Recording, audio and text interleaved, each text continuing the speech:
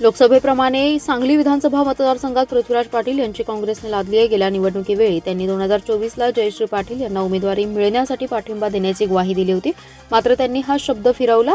आता विधान परिषदेची भाषा त्यांच्याकडून होतीये, पण आम्ही विधान परिषद कधी मागितलीच नाही असा खुलासा माजी केंद्रीय राज्यमंत्री प्रतीक पाटील यांनी केलाय। तर 10 वर्षात मीच काम केलं असल्याचं पृथ्वीराज पाटील सांगतात, पण गेल्या 35 वर्षात दादा घराण्याने जनतेची कामे केली आहेत, ती केवळ स्वार्थ किंवा उमेदवारीसाठी नाही असाही आरोप त्यांनी केलाय।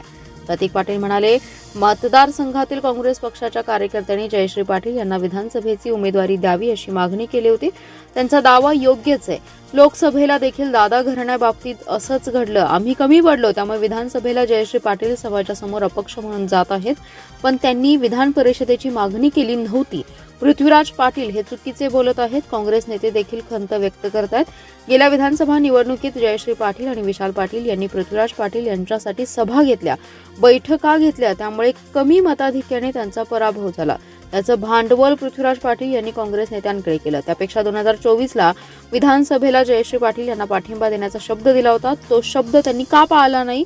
दादा घराणे कधी स्वार्थासाठी किंवा उमेदवारी मिळवण्यासाठी असली कामे सांगत नसल्याचा टोला प्रतीक पाटील यांनी लगावलाय।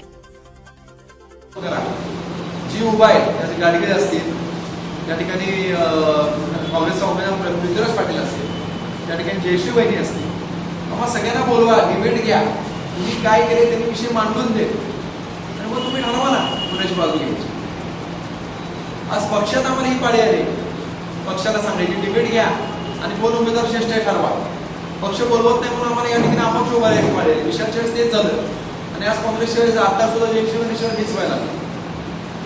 आज प्रत्येक जण स्टेटमेंट, काल सुद्धा मी त्या ठिकाणी पृथ्वीराज बाबांचं स्टेटमेंट दिली, वहिनीला आम्ही मागच्या ठरवलं होतं आमदारकी, स्वतः बाळासाहेब थोरात येऊन म्हणताय की आम्हाला खंत आहे, आम्ही दिली नाही। वहिनीने कधी मागितलीच नाही, तुम्ही कशाला त्यांना द्यायला लागला? जे मागतात ते द्या ना।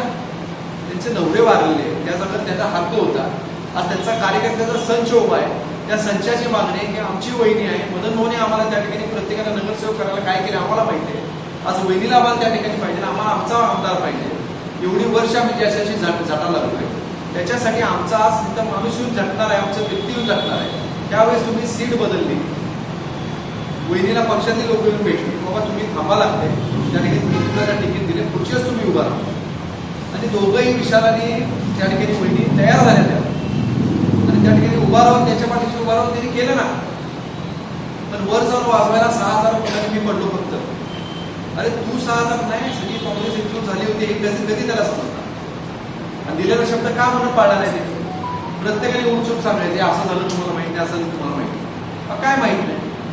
जनतेतला माणूस हा आमदार किलो उभा राहावा, जनतेत जो नसतो त्यांनी आज हा आमदार किलो उभा राहावा। एमएलसी कुठला असतो, जो थेट होऊन जातो तो एमएलसी असतो, ते थेट गेले त्यांनी घ्यावं नाही एमएलसी। तुम्ही पुराचं सांगताय, तुम्ही लोकांच्या अडचणीला उभा राहताय सांगताय, मग हे काय कुटुंब करून मागे राहील का? एवढ्या वर्षात आमच्यात पण काय बघतच नव्हतं, आम्ही वाढ बघायला लागलो, आमच्या कार्यकर्त्यांना पुराचं नाव येईल, तोपर्यंत तुम्ही जो वरनं जाऊन नाव येऊन आलाय आणि एकदा सोडून दोनदा।